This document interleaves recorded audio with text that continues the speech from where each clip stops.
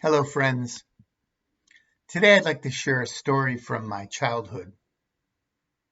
This, for me, is a sacred story, one that I will never forget.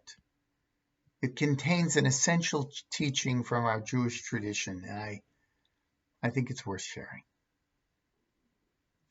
So, one day during sixth grade recess at the Hebrew Academy of Cleveland, a number of us were poking a bit of fun at a fellow student who was developmentally delayed. We weren't being horribly mean, but we were teasing him, and clearly it hurt his feelings. One of our teachers, Rabbi Zanitsky, happened to see what was going on and called over us boys who were doing the teasing. Now, this rabbi was a very tough disciplinarian.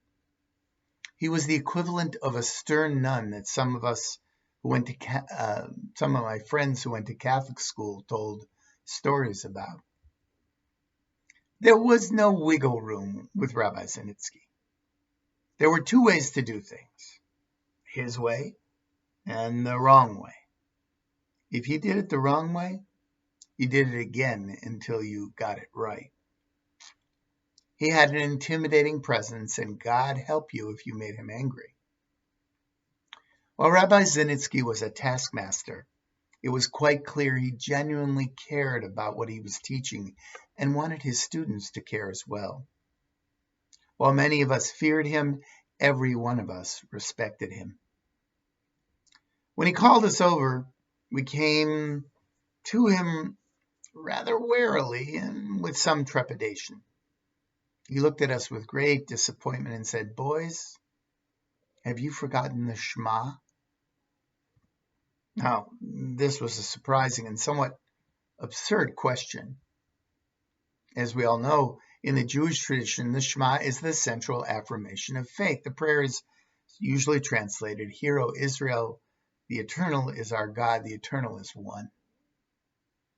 This prayer is a part of almost every Jewish prayer service. More observant Jews offer this prayer 4 times a day. It's traditionally part of a brief prayer one says before going to sleep. It is also, according to tradition, the final prayer a Jewish person says before dying. It is one of the first prayers a Jewish child learns, and me and my classmates had all learned it by heart in kindergarten. So we stared at him, wondering what was behind the question. So he sat down on a bench and motioned for us to gather around him. In his deep, gravelly voice, baritone voice, he said, "The Shema has extraordinary power. It has the ability to change the way we die, and more importantly, to change the way we live." As usual, he spoke with this deep passion, and he grabbed our attention. He said, "Let me tell you a story about my father. May his memory be a blessing. My father grew up in Hungary, which at the turn of the 20th century was a part of the Austro-Hungarian Empire. Like me, he was a big man, and although he was a religious Jew, he felt it was his patriotic duty to fight for his country during World War I. He felt that it would test his character, teach him some powerful things. All wars are horrible, but it is easy to forget the special horrors of what was called the Great War, the First World War. My father fought on the side of the Central Powers with Germany, Austro-Hungary, the Ottoman Empire, and Bulgaria against the Allies. The Allies, of course, were Great Britain, France, Russia, and later Japan, Italy, and the United States.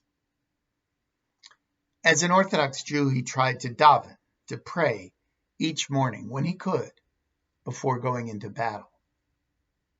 In a long battle with the Russians, both sides fired volleys out of deep trenches, which were called foxholes. When ammunition became low, The order went out to bayonets and prepare to charge the enemy and engage the Russians in hand-to-hand combat. Rabbi Sinitsky had our complete focus. He continued. As they charged on a Russian position, my father leaped into an army trench and jumped onto a Russian soldier. He literally fought for his life, struggling with every ounce of strength to gain the upper hand and overcome his foe. While the man he was fighting was smaller than him, the soldier was wiry and strong. Both combatants were engaged in a life and death encounter. Finally, my father was able to use his bulk to pin the man under him, and with his knife mortally wounded his enemy. He sat there in the intense moment of both revulsion that he had killed another human being, and unbelievable relief that he had survived, that he was still alive. And he heard the dying words of the Russian soldier. As the life was ebbing out of him, the Russian soldier was whispering something. And my father, although he didn't believe that he was being addressed, felt compelled to lean down and put his ear near the dying man's mouth. In a choked, small voice, in a foreign accent, what he heard was this: Shema Yisrael, Adonai Eloheinu, Adonai Echad. My father froze, as a chill spread through his body that he would never forget. He looked at the dying man and then wrapped his arms around him, holding him to his chest, and wept from the bottom of his heart. Numbly, my father rose, said the mourner's Kaddish, the Jewish prayer for the dead, for the man he had just killed. And then in the midst of battle, he left the trench, walked away, and would soon thereafter leave Europe forever.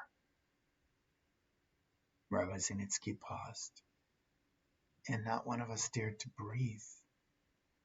He looked weary, as if he himself had walked away from this terrible war. Then he told us, this is the power of the Shema. If we really embrace the oneness of the Shema, we are challenged never to see the stranger as faceless, as a non-person, as the other. We are challenged to see strangers, even if they are different, even if they are emotionally wounded, even if they are homeless. We are challenged to see them as they are, fellow human beings, created B'Tselem Elohim, in the image of God. He got up from the bench and left us. We looked at each other, taking in what we had just heard. Returning to our recess, we managed to find a position in the game we were playing for our classmate Joe, who was delighted to be included and seen. My own teacher and mentor, Reb Zalman Schachter Shalomi, offers this deep wisdom about how to deal with someone who appears to be troubled. He says, sometimes God chooses beautiful yet cracked vessels to hold his light. Stay safe and be well. Shalom uvracha, peace and blessings.